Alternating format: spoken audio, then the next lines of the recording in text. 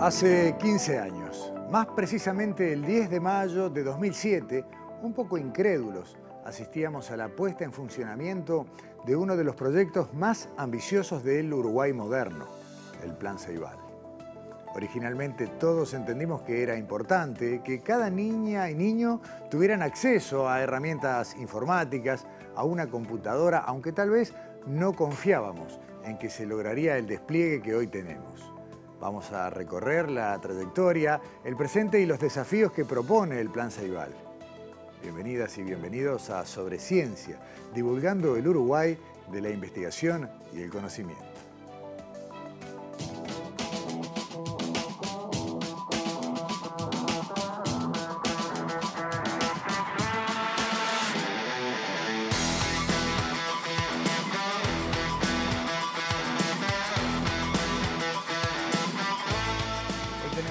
Una versión un tanto reducida de Sobre Ciencia, porque bueno, la programación de la NBA, que ustedes saben se ve solo aquí a través de TV Ciudad, motiva un cambio de horario, pero aunque tuviéramos un programa de muchas horas, no podríamos contarles todo lo que nos gustaría acerca del Plan Ceibal.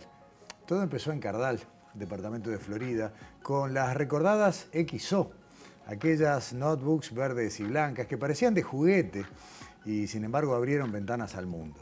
Ceibal hoy va mucho más allá de la entrega de una computadora a cada estudiante. Es una caja de herramientas llena de utilidades que alcanzan a niñas, niños y jóvenes en todos los niveles de la educación y que no distingue entre público, privado o entre Montevideo e interior.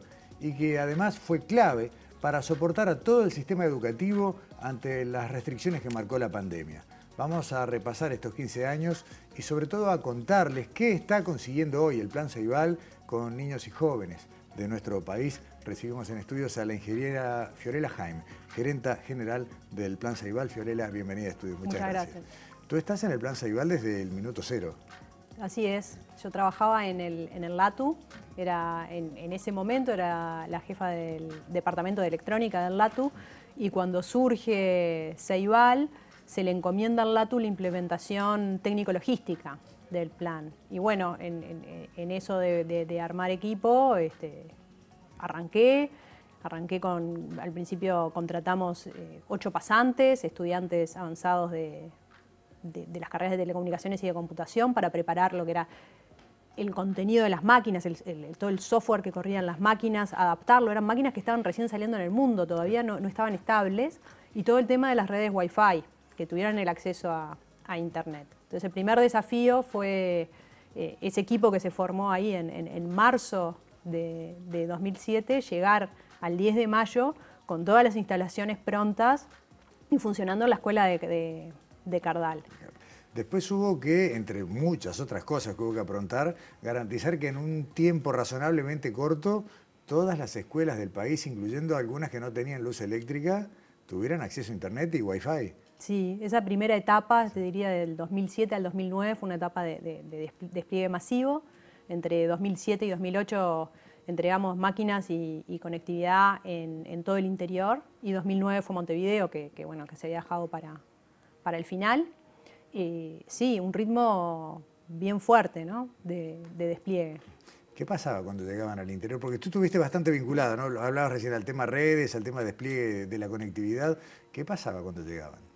Bueno, fíjate que las primeras máquinas que entregamos en 2007 todavía no estaban los celulares inteligentes. Entonces, las XO traían, por ejemplo, la máquina de fotos integrada, que también filmaba, y de repente en Cardal no habían tantas máquinas de fotos digitales en el pueblo, o en los distintos pueblos que íbamos avanzando. Entonces, la computadora, además de ser esa puerta hacia el mundo y que permitía, pues, historias, uno encuentra...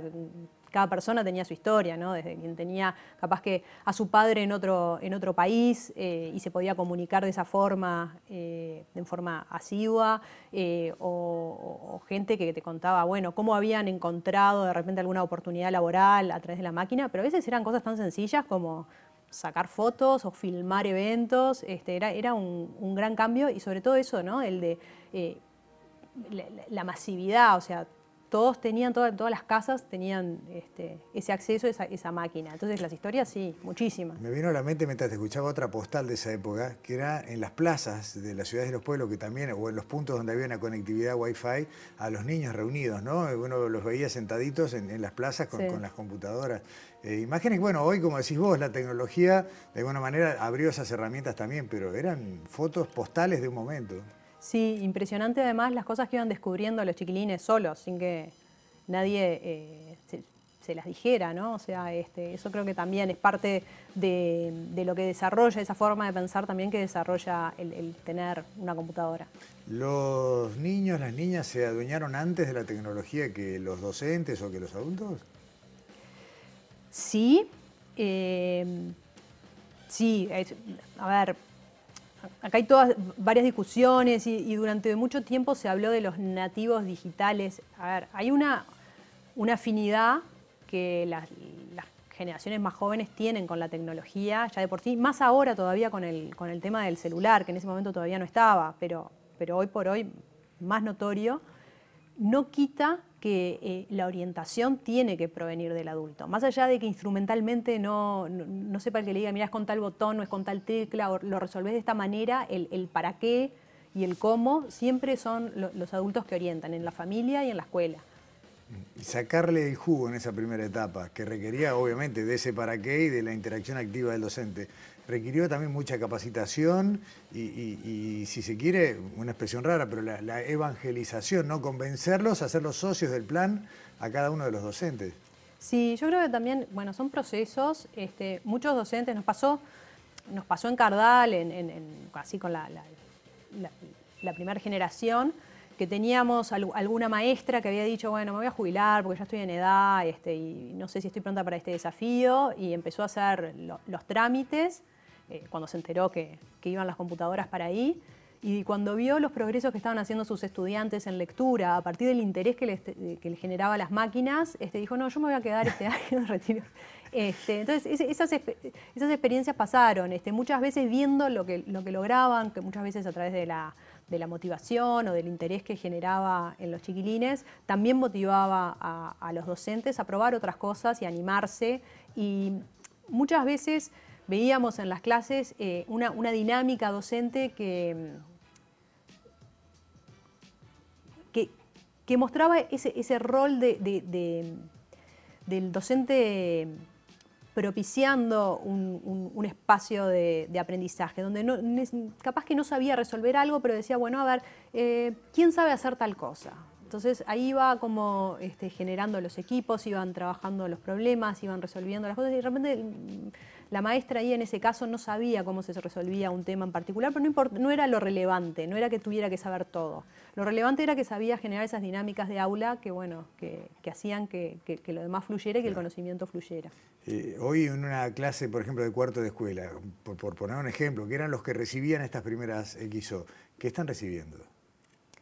Hoy son los de tercero de escuela que reciben, bueno, son unas laptops blanquitas que estamos entregando, son, claro, comparadas con la capacidad, eso en la tecnología claro, crece rapidísimo, ¿no? Pero son máquinas que, a ver, nosotros en las oficinas de Ceibal hay mucha gente que las utiliza para trabajar, para todo lo que es el uso de mails o navegar por internet, tienen buena capacidad y también permiten dar soporte a todos los programas que tenemos, bueno, el uso de las plataformas, todos los programas de matemática, aparte de las plataformas que se utilizan, todo lo que tiene que ver con bueno, edición audiovisual, obviamente con ciertas limitaciones, y también programación, que en eso tenemos varios programas, desde bueno, lo que es pensamiento computacional, como también bueno, lo que tiene que ver con las placas microbit y otros programas. Hoy, justamente eso te quería preguntar. ¿Cuántos módulos viven bajo el logotipo de Ceibal? Oh. Son muchos. Sí, no. ¿O cómo definiríamos, digamos, qué compone el universo Ceibal hoy? Sí. Que sigue siendo representado por una computadora, pero que como decís, mucho más, ¿no? Hoy es mucho más. Hoy tenemos, bueno, ya hay programas más... Ceibal está cumpliendo 15 años y el programa de Ceibal en inglés está cumpliendo 10 años este año, o sea que también tiene su trayectoria, y Ceibal en inglés, que al principio esas clases de inglés a través de videoconferencia parecían, bueno, es un poco diferentes. Ahora, después de este pasaje por la pandemia, ya a nadie le sorprende, pero llega a un número importantísimo de chiquilines de cuarto, quinto y sexto de escuela, y es la forma que tenemos de enseñar inglés, porque el programa de maestros de inglés presenciales no alcanzan para cubrirlos a todos, entonces cubren más o menos un 30%, y el otro 65% aproximadamente se cubre con la videoconferencia. ¿De qué edad a qué edad está cubriendo hoy Ceibal? Bueno, para inicial, nosotros, para los grupos de 4 y 5 años, lo que tenemos en los centros educativos son tablets que están como en modalidad biblioteca, que pueden ser utilizadas en la clase, pero no son para que se lleven, o sea, no es 1 a 1 y para que se lleven los chiquilines. Cuando están en primero de escuela, reciben su tablet, que utilizan en primero y segundo de escuela, en tercero la recambian por una laptop, y después cuando llegan a primero de educación media, ya sea secundaria o UTU, recambian por una tablet de 10 pulgadas. Estamos también ya desde el año pasado en un piloto para bachillerato, donde entregamos algunos grupos el año pasado en cuarto de liceo de UTU. Este año estamos siguiendo ese piloto, pero eso es algo nuevo todavía y que estamos evaluando. Y además vos mencionabas, bueno, los iLab, que vamos a profundizar en un ratito, los programas de pensamiento computacional, muy visibilizado fue lo de robótica, ¿no? Programación, videojuegos, robótica, drones, hemos visto las Olimpiadas. Eso es opcional y sin embargo tiene una adhesión increíble. Sí, por suerte sí, año a año ha ido creciendo. Yo creo que también ahí en pandemia tuvimos un desafío grande, porque esto era las Olimpiadas, la muestra final que se hacía a fin de año, se hacía en el predio ahí del LATU, y claro, con el tema de la emergencia sanitaria no lo podíamos realizar, pero logramos descentralizar de alguna manera esa competencia que sucedía en Montevideo y generar mucha más involucramiento de toda la comunidad alrededor de los grupos que participaban. Y entonces, si bien es voluntario y son algunos grupos que deciden hacerlo, el apoyo que tenían de todo el barrio, de toda la comunidad educativa, era muy fuerte, y la verdad que bueno, son esas cosas que uno dice, a veces se pierde como la cercanía por el estar mediados por la videoconferencia, pero por otro lado logramos eso, ¿no? Es como más participativo y más lo local. Bien descentralizado. Sí. En el último minuto, Fiorella, varias veces en esta charla apareció la incidencia de la pandemia. Ceibal fue el esqueleto sobre el que transitó buena parte del sistema educativo mientras duraron las restricciones. Por suerte pudimos dar una buena respuesta y bastante rápido. Por supuesto tuvimos un incremento en marzo de 2020 brutal en los requerimientos de infraestructura nuestros que pudimos ampliar y dar ese soporte para que se generara la instancia educativa y se mantuviera el vínculo. Y bueno, y hoy estamos viendo, ya hay varios estudios regionales que muestran cómo el poder tener esa herramienta a disposición y ya pronta mitigó de alguna manera los efectos de la pandemia, ¿no? Y dejó algunas cosas que no se van a ir. Eso seguro, seguro. No es menor. Fiorella, la dejamos por acá por una cuestión de tiempo. Ceibal sigue creciendo, vos mencionaste algunos pilotos que están en marcha, sabemos que hay unos cuantos, esperemos ver la Olimpiada en vivo este año. Por lo que me decís, no descartemos que se haga en otro lado o vuelve el LATU. Bueno, no sabemos todavía, estamos viendo de hacer algo mixto y aprovechar, claro, bueno, justamente en esto, ¿no? Tratar de tomar las cosas que aprendimos del mundo virtual al que fuimos obligados, bueno, quedarnos con lo bueno, y eso también lo estamos viendo con los docentes, ¿no? Todo lo que descubrieron de las plataformas y todas esas posibilidades, ahora que estamos de vuelta en presencialidad, seguir aprovechándolas y sacándole el jugo a cada una de las herramientas. Fiorella Jaime, gerente general del Plan Ceibal, gracias por acompañarnos y por animarte a resumir 15 años en 15 minutos. Bueno, muchas gracias a ustedes. Hasta pronto. Hacemos una pausa, ya volvemos en Sobre Ciencia enseguida.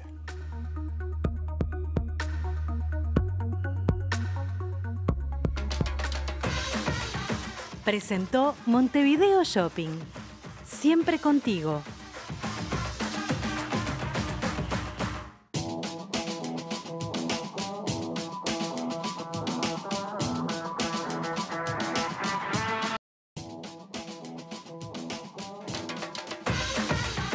presenta Montevideo Shopping. Siempre contigo.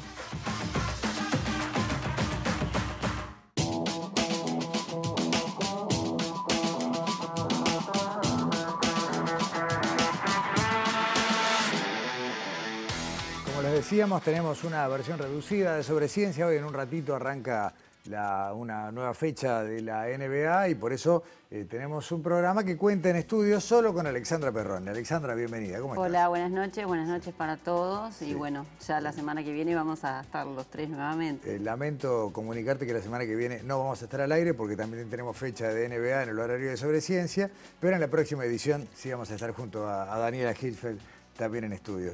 Es como que tenemos vacaciones. Vamos a mandar un saludo a Daniel. Exactamente. Alexandra, seguimos hablando del Plan Ceibal, de los 15 años, y vos te metiste en eso que hablamos hoy con Fiorella, algunas de las cosas que crecen bajo ese gran paraguas del Ceibal. Sí, es también un programa, vamos a hablar del programa CEILAB, que es un programa que trabaja fomentando lo que es el aprender haciendo, ¿no? Y es un poco el trabajo que hay, que se hace, que se puede realizar en los centros educativos públicos, todos los centros del país pueden anotarse a este programa, que apuesta justamente a eso, al trabajo colaborativo, a generar un espacio para realizar un proyecto que suele involucrar, bueno, o al centro o a la comunidad. Es un en el intercambio. interior se ve mucho eso, ¿no? Del involucramiento claro, de todo el resto. Es un aprendizaje muy rico y bueno, estuvimos hablando con Florencia Talmón, que ella es la coordinadora del programa CEILAB, y bueno, ella nos contaba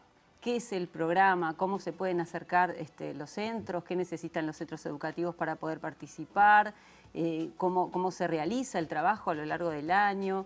También nos cuenta, bueno, nos cuentan en qué edades, para qué edades, cuántos pueden participar. Y bueno, nos da los detalles en este primer informe. Dale.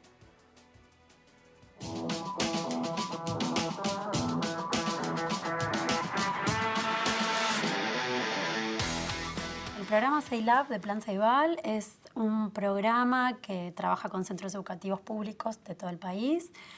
Fomenta el aprendizaje basado en proyectos, es decir, los centros educativos van desarrollando proyectos, incorporando distintas habilidades, incluyendo el uso de tecnologías con un espíritu crítico, si se quiere, ¿no? Como entendiendo cómo, de qué manera incluir tecnologías en el desarrollo de proyectos.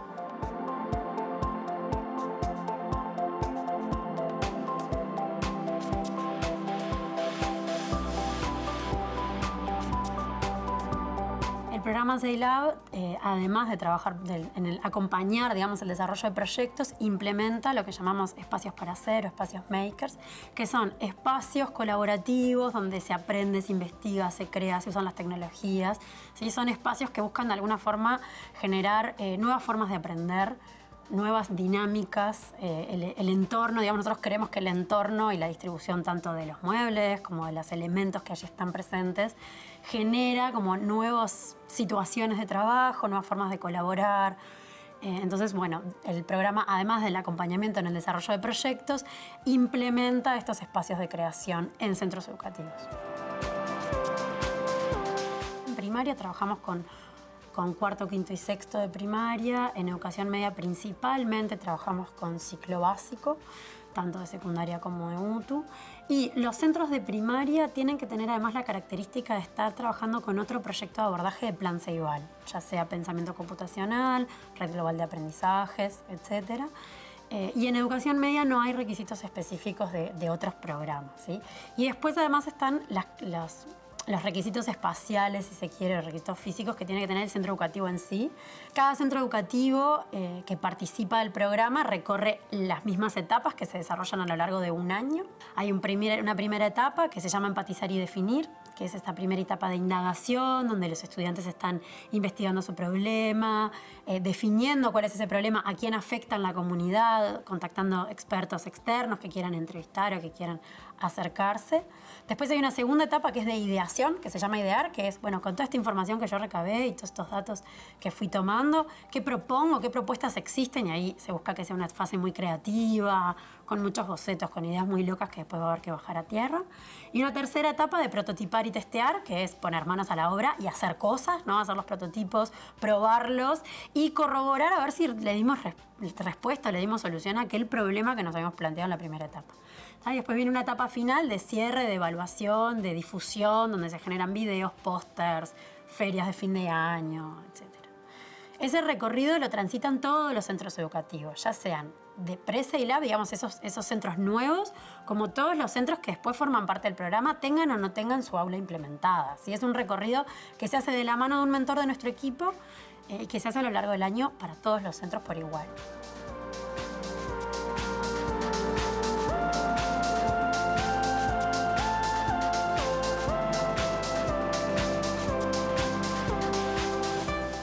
La idea de laboratorio, Alexandra, ¿no? SciLab, ¿no? La idea de laboratorio y ya ves mucha mano, ¿no? Mucho de pasar a la acción. Claro, bueno, ella contaba, Florencia, que hay 2 etapas. Está pre-SciLab, que es cuando, bueno, el centro educativo se postula a formar parte de este programa.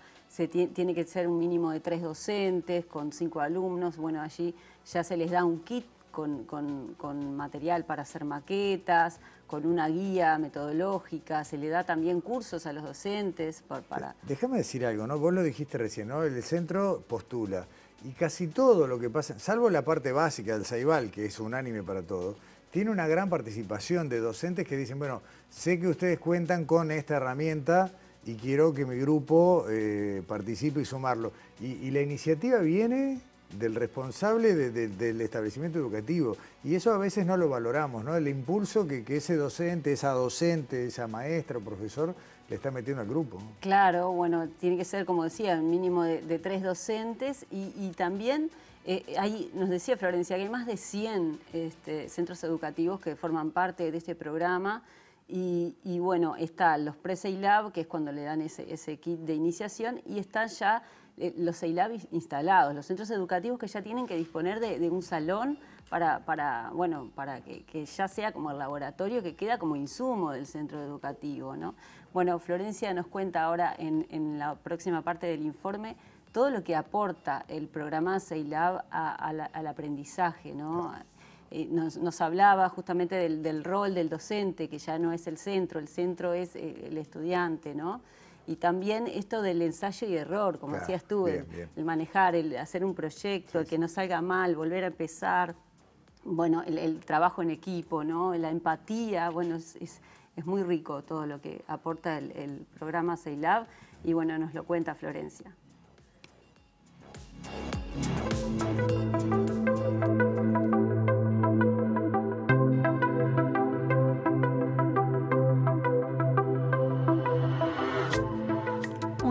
De los aspectos más importantes del programa CEILAB es que el programa se basa en la metodología de pensamiento de diseño adaptada a la educación. Sí, el pensamiento de diseño es una metodología que se aplica en muchos ámbitos, nosotros la readecuamos para trabajar en la educación y es una metodología de resolución de problemas.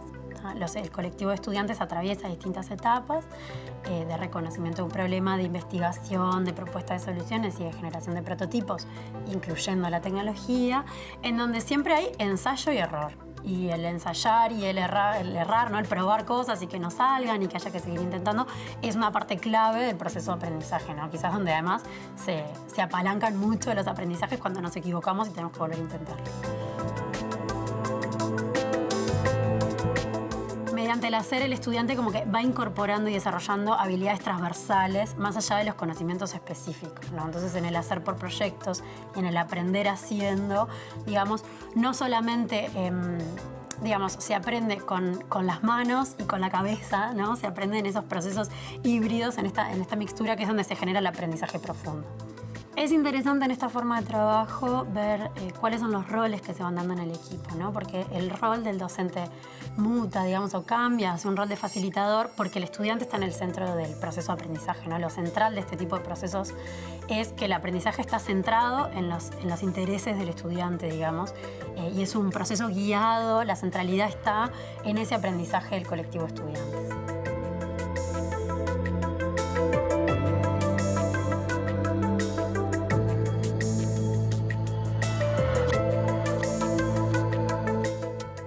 trabajo de equipo y el equipo incluye a la o el docente que guía y a cada uno de los chiquilines, ¿no? Sí, y le preguntamos a Florencia una pregunta que es de orden, ¿no? Le preguntamos si se sorprendían con los proyectos que iban encontrando en los diferentes centros educativos y bueno, me contestó que todo el tiempo se sorprenden con los proyectos, con las ideas, por cómo crece todo el aprendizaje. Y bueno, le pedimos un ejemplo y nos contó del Liceo número 1 de Carmelo, que nos contó que durante 2 años bueno, hicieron todo un trabajo multidisciplinario en una problemática que incluía a toda la comunidad. Y bueno, es lo que vamos a ver ahora. Pero antes que veas el video, vuelvo a lo que te dije recién. Me encanta cuando los montevideanos asomamos la nariz a ver estas cosas y cómo hay una interacción enorme con lo que pasa en el barrio o en la comunidad o en el pueblo, los problemas, y dar la solución que en muchos casos son soluciones que se aplican y funcionan, no es solo para un trabajo de fin de año, resolver problemas cotidianos para sí, los estudiantes, ¿no? Está muy bien. Bueno, vemos el ejemplo que nos contaba Florencia.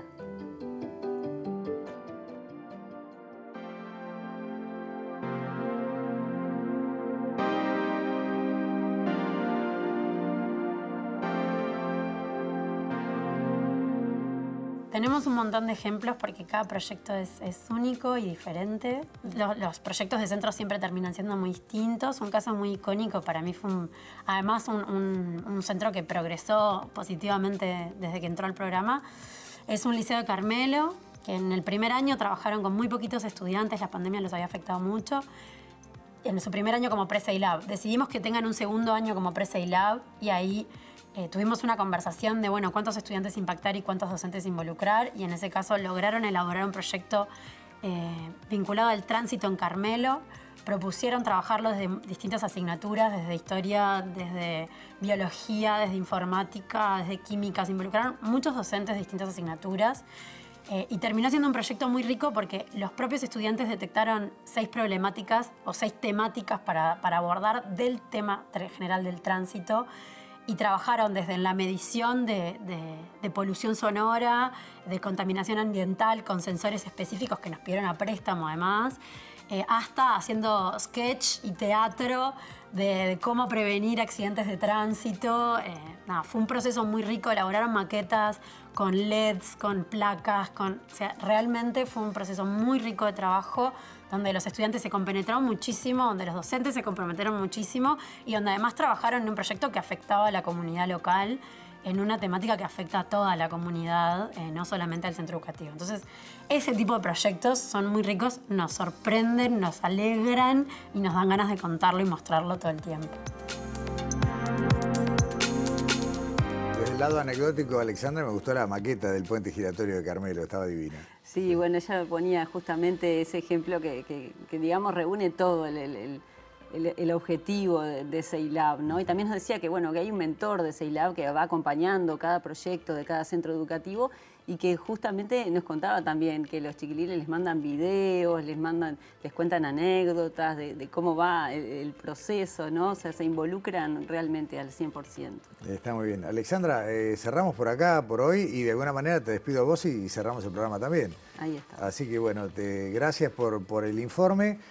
Nos ha quedado, debido a esto, algún material más que queríamos compartir de Ceibal y lo vamos a seguir viendo, porque una cosa es decir que está cumpliendo 15 años y otra cosa es no tener espacio para montar cosas maravillosas. Cerramos Sobre Ciencia por hoy, una edición, como les decíamos, corta. La semana que viene no estrenaremos episodio, nuevamente por la programación de la NBA. Ustedes saben, TV Ciudad es la única pantalla de Uruguay que emite el mejor básquetbol del mundo, y luego volvemos la otra semana así, haciendo aquí Sobre Ciencia. Muchas gracias.